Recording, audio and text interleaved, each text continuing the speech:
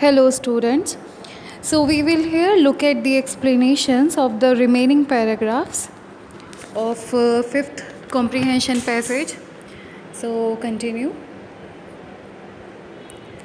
अब क्या होता है कि जब उन्होंने लास्ट वाली टाइगर को मार दिया होता है, जो कि वो ऐसा समझ रहे हैं कि उन्होंने मार दिया है, लेकिन असली में हंटर्स वहाँ आते हैं दूसरे और वो उसको शॉट करते हैं। उनके हाथ से वो जो बुलेट थी वो मिस हो गई थी।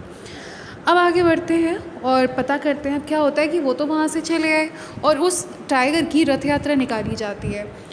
A few days later, the Maharaja's son's third birthday was celebrated. कुछ दिन बाद जो महाराजा का जो बेटा था उसका थर्ड बर्थडे सेलिब्रेट किया जा रहा था। Until then, the Maharaja had given his entire mind over to tiger hunting. तब तक जब तक उसका बर्थडे नहीं आया था तब तक महाराज का सारा दिमाग उन्होंने कहाँ पर लगा रखा था? टाइगर हंटिंग पे। He had no time to spare for the crown prince. भाई स्टूडेंट्स ध्यान दीजिएगा, यहाँ पे दो बार हेड है। एक हेड जो है वो हमारा ऑक्सिलरी वर्ब है और दूसरा जो हेड है वो किसी चीज़ का पास होना यानी पजेसिव केस वाला जो वर्ड होता है हेड, उसका मतलब है। He had no time to spare for the crown prince. अब उनके पास अपने क्राउन प्रिंस यानी जो उनका बेटा था उसके साथ समय बिताने का बिल्कुल भी मौका नहीं मिलता था उसको कभी भी। But now the king turned his attention to the child. लेकिन अब जो किंग ने अपनी सारी की सारी अटेंशन कहाँ दे दी थी? अपने बच्चे की तरफ दे दी थी। He wished to give him some special gift on his birthday. उन्होंने ऐसी इच्छा जताई कि मैं अपने बच्चे को उसके बर्थडे पर कोई स्पेशल गिफ्ट दूंगा।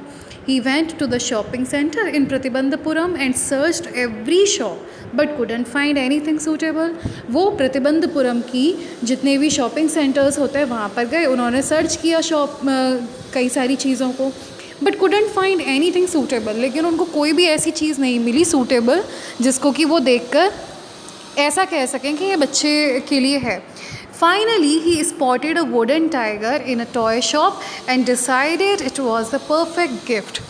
अब फाइनली यानी अंत में ही स्पॉटेड यानी उन्होंने स्पॉट किया, पता लगा लिया, उन्होंने देख लिया एक वुडन टाइगर, एक लकड़ी का tiger in a toy shop में, and decided it was the perfect gift. और उन्होंने निश्चय किया कि ये मेरे बच्चे के लिए बिल्कुल परफेक्ट गिफ्ट होगा।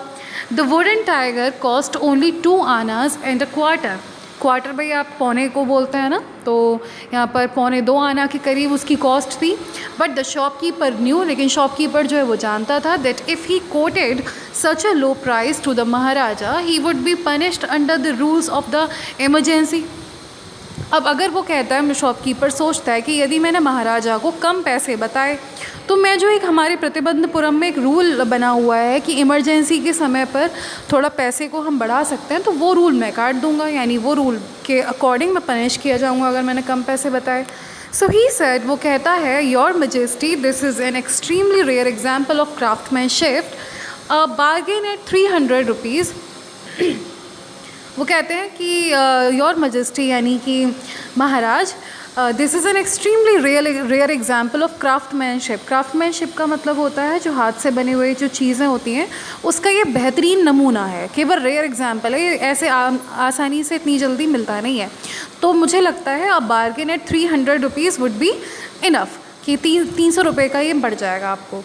अब आगे वो महाराज कहते हैं, very good, let this be your offering to the crown prince on his birthday. ठीक है, तुम्हारी तरफ से मैं ये अपने बच्चे को दे देता हूँ।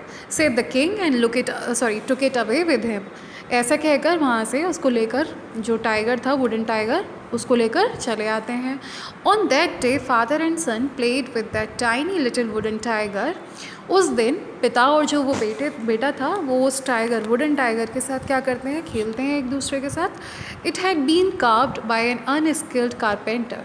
तो जो इट हैड बीन कार्व्ड का मतलब होता है बनाया गया था, वो क्या चीज़, जो वुडन टाइगर था वो एक अनस्किल्ड कारपेंटर के द्वारा, अनस्किल्ड का मतलब जिसके पास पूरी तरह से उसको ये कला नहीं आती थी, तो ऐसे कारपेंटर के द्वारा से वो बनाया गया था। इट्स सरफेस वॉज रफ, उसका जो सरफेस था, ऊपर का हिस्सा था, वो क्या था? रफ था। Tiny silvers of would stood up like quills all over it. Tiny silvers of would, silver पे जो वुड का जो उसके जो जिस तार से वो बना हुआ था, बंधा हुआ था, वो उस पे कांटे की तरह से, कोइल्स की तरह से पूरी तरह लगे हुए थे। One of those silvers pierce the maharaja's right hand. अब स्टूडेंट्स कुछ अलग सा हो जाता है, उसके साथ कुछ ट्रेजिडी हो जाती है। तो वन ऑफ दोज सिल्वर्स यानी वो कुछ सिल्वर के जो तार थे उनमें से एक तार पियर्स कर देता है यानी छिद जाता है महाराज के राइट हैंड में। ही pulled it out with his left hand. अब वो अपने लेफ्ट हैंड से उसका कोयल को, कांटे को निकालता है बाहर। And continue to play with the prince, और लगातार प्रिंस के साथ खेलना जारी रखता है। अब होता क्या है स्टूडेंट्स, अंत में the next day infection flared in the maharaja's right hand. Flared का मतलब होता है फैल जाना। तो जो अगले दिन इन्फेक्शन जो है वो महाराजा के राइट हैंड पे पूरी तरह से फैल गया।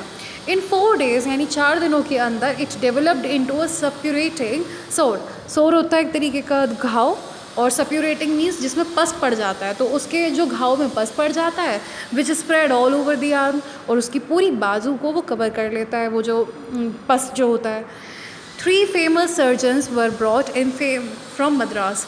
3 लोग जो फेमस सर्जन थे वो मद्रास से बुलाए गए।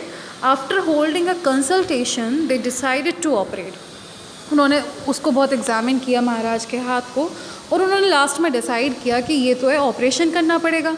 The operation took place, operation किया गया। The 3 surgeons who performed it came out of the theatre and announced the operation was successful. The Maharaja is dead. वो कहते हैं 3 ऑपरेशन, वो सर्जन्स जो हैं वो है ना, ऑपरेशन करके जैसे ही वो बाहर निकल के आते हैं तो क्या होता है कि वो अनाउंस करते हैं कि ऑपरेशन जो है वो सक्सेसफुल हो गया, महाराजा की डेथ हो गई। In this manner, the 100th tiger took its final revenge upon the tiger king। यानी कि अब जाकर असली में जो 100वां जो टाइगर था उसके द्वारा राजा की मृत्यु हुई। तो भविष्यवाणी जो प्रेडिक्शन था चीफ एस्ट्रोलॉजर का वो सही हुआ। अब स्टूडेंट्स यहाँ पर ये मैं बताना चाहूँगी आपको कि this story is a satire, एक व्यंग है। और वो व्यंग किस लिए है कि किस तरीके से जो हायर अथॉरिटीज़ होती हैं, जिनके पास रुतबा है, वो लोग किस तरीके से अपनी एक सनक में कि भाई उनको ऐसा पता चला कि भाई 100वें टाइगर से या फिर टाइगर से उनको क्या बोलते हैं, इस तरीके का झटका मिल सकता है कि उनकी डेथ हो सकती है। तो उन्होंने क्या किया कि जैसे सारे जितने भी टाइगर्स हैं उन्होंने मारने की कोशिश की। ऐसे ही हमारी इंडियन माइथोलॉजी में कृष्ण के जो मामा थे कंस, उन्होंने भी क्या किया था, भविष्यवाणी हुई थी कि जो देवकी का 7वां या 8वीं संतान होगी वो उनके क्या करेगी, वो उनके डेथ का कारण बनेगी। तो उन्होंने क्या किया था, देवकी के सारे पुत्रों को या पुत्रियों को धीरे धीरे मारना शुरू कर दिया था। ये एक सनक है, एक तरीके का एक पागलपन है, एक उन्मादीपन है, और इसी पर राइटर ने व्यंग किया है। So that's all for the video class. The chapter ends here. Thank you all.